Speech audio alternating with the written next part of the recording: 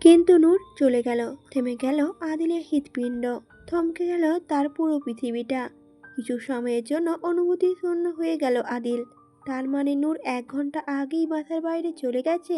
তা ভাবতেই আদিলের শরীরে সব বোধ শক্তি যেন হ্রাস পেল। সে শরীরে ব্যালেন্স হারিয়ে 2 কদম পিছিয়ে পড়ে যেতে নিলে বিহান এসে ধরে ফেলল। আদিল বিমর্ষ, বিভৎসকর আতঙ্কিত চোখে তাকিয়ে কাঁপা কাঁপা স্বরে বলল, বিহান, আমার অ্যাঞ্জেল, আমার অ্যাঞ্জেল চলে গেছে কোথাও। বিহান তখন আদিলকে শান্ত করার চেষ্টা করে বলল, আদি, আদি তুই আগে শান্ত হ। আদিল উত্তেজিত অশান্ত স্বরে বলল, শান্ত হব আমি? কিভাবে শান্ত হব? আমার নূর, আমার অ্যাঞ্জেল 1 ঘন্টা হলো বাসার বাইরে। ভাবতে পারছিস তুই? নূর যে তোর আর আমার মতো স্বাভাবিক বুদ্ধি সম্পন্ন না। কোথায় যেতে হবে, কি করতে হবে কিছুই জানে না ও। এই শহরে কিছুই তো চেনে না ও। কতটা ভয়ানক ব্যাপার তুই ভাবতে পারছিস? ওর সাথে কি কি হতে পারে তা চিন্তা করলেও আমার রুহু কেঁপে উঠছে।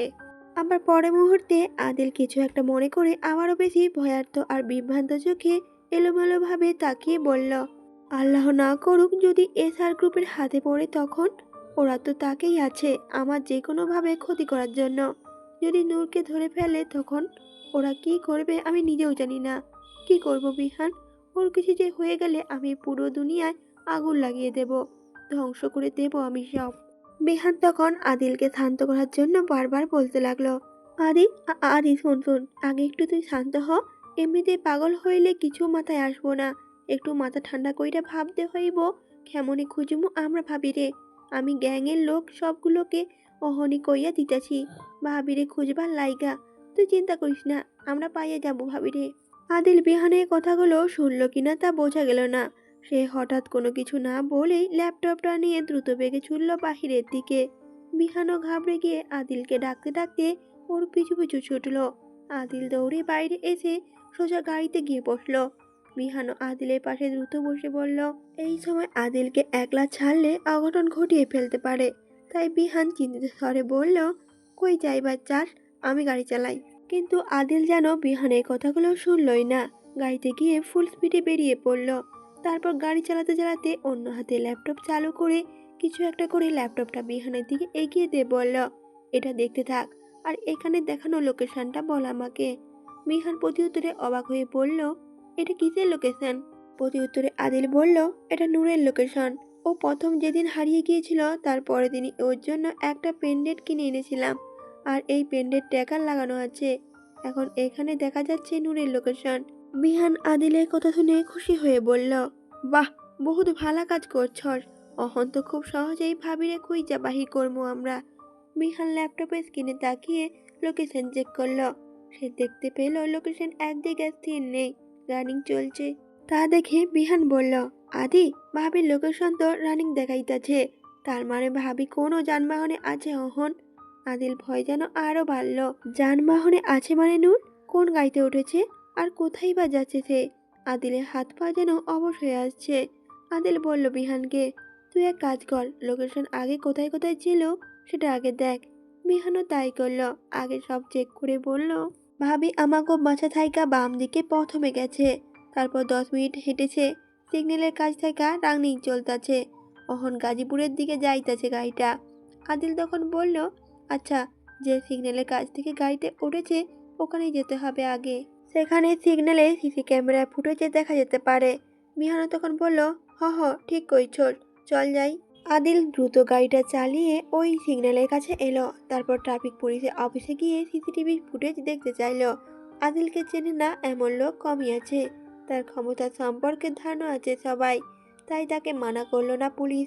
সিসিটিভি ফুটেজে ওরা দেখতে পেল নূর হাঁটতে হাঁটতে এসে একটা বাসের ভিতর উঠল। তার খানিক পরেই বাসটা ছেড়ে দিল। তা দেখে আদিলের ভয়ে হৃৎপিণ্ড কেঁপে উঠল।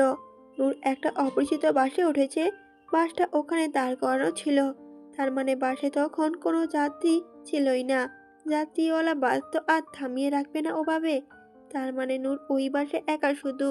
নূর কোন সিচুয়েশনে আছে তা ভাবতেই আদিলের সারা শরীর কাঁপছে, বোধ শক্তিহীন হয়ে পড়ছে সে। বিহান তখন পাশ থেকে বলে উঠল, আদি, আদি চিন্তা করিস না, ভাবি কিছুই হইব না। গাড়িতে উঠেছে বেশিক্ষণ হয়নি, মাত্র 10-12 মিনিট হবে, আর আমরা জলদি ধইরা পালবো গাড়িটা। আদিল বিধ্বংসী নজরে তাকিয়ে বলল বিহানকে, আমার নূরে কিছু না হলেই ওদের জন্য ভালো, না হলে ওরা পৃথিবীতে জন্ম নেওয়ার জন্যও পস্তাবে। বলে আদিল দ্রুত বেরিয়ে পড়ল সেখান থেকে। দুজন আবারও গাড়িতে বসে গাড়ি স্টার্ট দিল। বিহান বলল, আমি গাড়ির নাম্বার লোড কইরা নিচ্ছি, আমি গ্যাংয়ের লোকগুলাকে কইতাছি গাড়ি ধরতে। আদিলও তখন মাথা নাড়িয়ে সাই দিল। আপাতত মন মস্তিষ্ক প্রচন্ড রকম আটকে আছে তার। নূরে কিছু হয়ে যাওয়ার ভয় যে তাকে সহস্রবার মৃত্যু যন্ত্রণা দিচ্ছে। ওর অ্যাঞ্জেলটাকে সহি সালামত ফিরে পায়, যেন এটাই শুধু তার একমাত্র চাওয়া। আদিল লোকেশন দেখে দেখে গাড়িটা ফলো করতে লাগলো। ফুল স্পিডে গাড়ি চালিয়ে বাস ধরার চেষ্টা করছে। হঠাৎ তখন বিহান বলল, আদি আদি, ভাবির লোকেশন এখন এক জায়গায় দেখাইতেছে, তার মানে বাস কোনো জায়গায় থামাইছে মনে হয়। বিহানে এমন কথা শুনে আদিলের হাত পা যেন চলছে না আর। বাস থামিয়েছে মানে? তার মানে কি নূরের সাথে খারাপ কিছু হতে চলেছে? না, কিছুই হতে দেবে না তার অ্যাঞ্জেলকে সে। কিচ্ছু না। বিহান আবারও জানালো, আদি, ভাবে লোকেশন আবার অন্যদিকে যাইতেছে এখন, মনে হয় হাইটা যাইতেছে কোন স্থানে। আদিল তখন বলল, আচ্ছা কোন দিকে যাচ্ছে সেটা আগে বল। বিহান এবার আদিলকে লোকেশন জানাতে লাগলো, আর সেই অনুযায়ী এগোতে লাগলো আদিল। মিনিট 20 পর ওরা লোকেশনে অনেকটা কাছে চলে এলো। আর ঠিক তখনই বিহান আবারও জানালো, আদি, ভাবি লোকেশন এখন এক জায়গাতেই দেখাইতেছে, প্রায় কাছাকাছি আইসা পড়ছি আমরা, জলদি পাইয়ে যাবো ভাবিরে। এবার আদিল খেয়াল করলো লোকেশন অনুযায়ী যেখানে এসেছে জায়গাটা কেমন গাছপালায় ঘেরা জঙ্গলের মতো। আদিলের ভয় বাড়তে লাগলো এটা ভেবে যে নূর এখানে কি করছে, বাসের ড্রাইভার ওকে এখানে নিয়ে আসেনি তো। আদিলের নিঃশ্বাস আটকে আসছে। আবার পরক্ষণেই আদিলের চোখে মুখে রাগে আভা ফুটলো। নূরের সাথে খারাপ কিছু করার চেষ্টা করলেও ওদের কি ভয়ানক অবস্থা করবে আদিল নিজেও জানে না। আদিল গাড়ি চালিয়ে একদম লোকেশনের কাছে চলে এলো। আর সামনেই ওরা দেখতে পেল একটা টিনের বাসা। বিহান তখন জানালো, ভাবি লোকেশন ওইখানেই দেখাইতেছে। বিহানের কথা শুনে আদিল আর এক মুহূর্ত দেরি না করে গাড়ির দরজা খুলে প্রাণপণে ছুটল বাসাটার দিকে। দরজা এসে জোরে জোরে লাথি মারতে লাগলো আর নূরের নাম ধরে ডাকতে লাগলো আদিল, নূর, নূর মাই অ্যাঞ্জেল, দেখো আমি এসে গেছি, তোমার হিরো এসে গেছে, ভয় নেই আর। এভাবে ধাক্কা মারতে মারতে এক পর্যায়ে দরজাটা খুলে দিল কেউ। বৃদ্ধ বয়সী একটা লোক এসে দরজাটা খুলে দিয়ে বলল, ক্যাডা আপনি, এমনি দরজা ভাঙতেছিলেন কেন? আদিল তো ক্রোধে পাগল হয়ে এক হাতে বৃদ্ধ লোকটির গলা চেপে ধরে বলল, এই এই নূর কোথায়? কি করছিস তুই ওর সাথে? কোথায় আমার নূর, বল। তৎক্ষণাৎ হঠাৎ বৃদ্ধ লোকটি স্ত্রী দৌড়ে এসে আদিলের কাছ থেকে নিজের স্বামীকে ছাড়ানোর চেষ্টা করে ভয়ার্থ কণ্ঠে বলল, আরে আরে, কি করতেছেন? আপনি ডাকাত নাকি? ছাড়েন ওরানে। কিন্তু আদিল তো ছাড়লই না। সে আর উন্মাদের মতো বলতেই লাগলো, আমার নূর কোথায়, বল কোথায়। আর ঠিক তখনই হঠাৎ পেছন থেকে কিছু পড়ে যাওয়ার শব্দ শুনে পেছনে ফিরে তাকালো আদিল। দেখতে পেল তার পান ভোমরাটাকে। নূর দাঁড়িয়ে আছে ভয়ার্থ নজরে, আর হাতে থাকা তার প্লেটটাই পড়ে গিয়ে শব্দ হয়েছে। নূরকে দেখে যেন থেমে থাকা হৃৎস্পন্দন এতক্ষণে সচল হলো আদিলের। নিষ্প্রাণ দেহে প্রাণীর সঞ্চালন হলো যেন। সাথে আদিলের ঠোঁটে ফুটল অমূল্য রত্ন পাওয়ার খুশি। আদিল এবার লোকটাকে ছেড়ে দিয়ে দ্রুত ছুটে গেল নূরের কাছে। দৌড়ে গিয়ে নূরকে দুই হাতে সর্বশক্তি দিয়ে বুকের মাঝে জাপটে ধরল। এতক্ষণ ধরে যেন প্রাণটা সত্যিই বেরিয়ে যাচ্ছিল তার। খেয়াল না করে দু হাতে নূরের মুখটা শক্ত করে ধরে পাগলের মতো নূরের সারা মুখে সহস্রবার চুমুতে ভরিয়ে দিল আদিল। তারপর আবারও তার অ্যাঞ্জেলটাকে বুকের মাঝে মিশিয়ে নিয়ে ধরা গলায় বলল আদিল, কোথায় চলে গিয়েছিলি অ্যাঞ্জেল? এভাবে বাসা থেকে কেউ বেরিয়ে যায়? তোর যে কিছু হয়ে গেলে আমি কি করতাম বল? জানটা বেরিয়ে যাচ্ছিল আমার। নূর তখন যেন কেমন চুপসে আছে, কিছু বলছে না। আদিল নূরের মুখে হাত বুলিয়ে উত্তেজিত কণ্ঠে বলল, এই অ্যাঞ্জেল, কিছু কি হয়েছে? আমাকে বলো, ওরা কিছু কি করেছে তোমার সাথে? এবার পেছন থেকে বৃদ্ধ লোকটি বলে উঠল, আপনি কি মাইয়াটার কিছু হন? আদিল এবার লোকটার দিকে ফিরে তাকিয়ে বলল, হ্যাঁ, আমি ওর হাজব্যান্ড। বৃদ্ধ লোকটি তখন বলল, ও আচ্ছা, আপনি একটু বাইরে আসেন। তখন আদিলও নূরকে রেখে বাইরে আসলো। বিহানও সেখানে আসলো। বৃদ্ধ লোকটি বাইরে আসতেই আদিল চোয়াল শক্ত করে বলল, এবার বলুন নূরকে এখানে কেন এনেছেন? কি মতলব আপনার? তখনই বৃদ্ধ লোকটি বলে উঠল, আপনি ভুল বুঝতেছেন আমারে। আসলে আমি কামে থাইকা বাড়ি ফেরার জন্য বাসে আসি। সিগনালে বাসটা দাঁড়িয়েছিল দেইখা আমি ওই বাসে গিয়া উঠি। আর আমারে উঠতে দেখাই হেল্পার কইল বাস নাকি যাইব না। আমি তখন ওই মাইয়াডারে বইসা থাইকা দেখলাম, দেখা করিলাম যাত্রী তো তুলছেনি, তাহলে যাইবেন না কেলা। হেল্পার তখন রাগ দেখিয়া বইল, আরে মিয়া এত পেঁচাল পারেন কে? কইলাম যাইব না মানে যাইব না, আপনি নামেন তো। আমার কেমন জানি খটকা লাগলো ব্যাপারটা। আমি তখন মাইয়াডারে জিগাইলাম, তুমি কই যাইবা মাইয়া? তখনই মাইয়াডা কইল, আমি বাড়ি যাব, ওরা আমাকে বাড়ি পৌঁছে দেবে। আমি জিগাইলাম, তোমার বাড়ি কই? তখন মাইয়াটা কইল, আমার বাড়ি তো বাড়িতে। আমি বুঝতে পারলাম মাইয়াটা স্বাভাবিক না, আর এই ড্রাইভার আর হেল্পার ও সরলতার সুযোগ নিয়া ওর সাথে খারাপ কিছু করার চিন্তা ভাবনা করতেছে। তাই আমি কইলাম, আসো আমি তোমার বাড়ি পৌঁছা দিবনে। তখন ড্রাইভার আর হেল্পার খেপে গিয়ে আমাকে গাড়ি থেকে নামাই দিবা চাইল, কিন্তু আমি তখন কইলাম, দেখেন মাইয়াডারে না ছাড়লে আমি ওই রাস্তায় দাঁড়াইয়া পুলিশের সবকিছু কইয়া দিমু। তখন ওরা ভয় পাইল। আমি অনেক বুঝাইয়া মায়াডারে আমার লগে মাত্র এইখানে আইয়া লইলাম। আমার বউ ওরে খাইয়া দিছিল মাত্রই। সব শুনে আদিলের কপালের রগ ফুলে নীল হয়ে উঠল। সে বিহানের দিকে তাকাতেই বিহান বলল, চিন্তা করিস না আদি, আমাগো লোক ওই বাস ধইরা ফেলাইছে। আমি ওইখানে গিয়া দেখতেছি, তুই বরং ভাবিকে নিয়ে বাড়ি যা। বলে বিহান ওখান থেকে চলে গেল দ্রুত।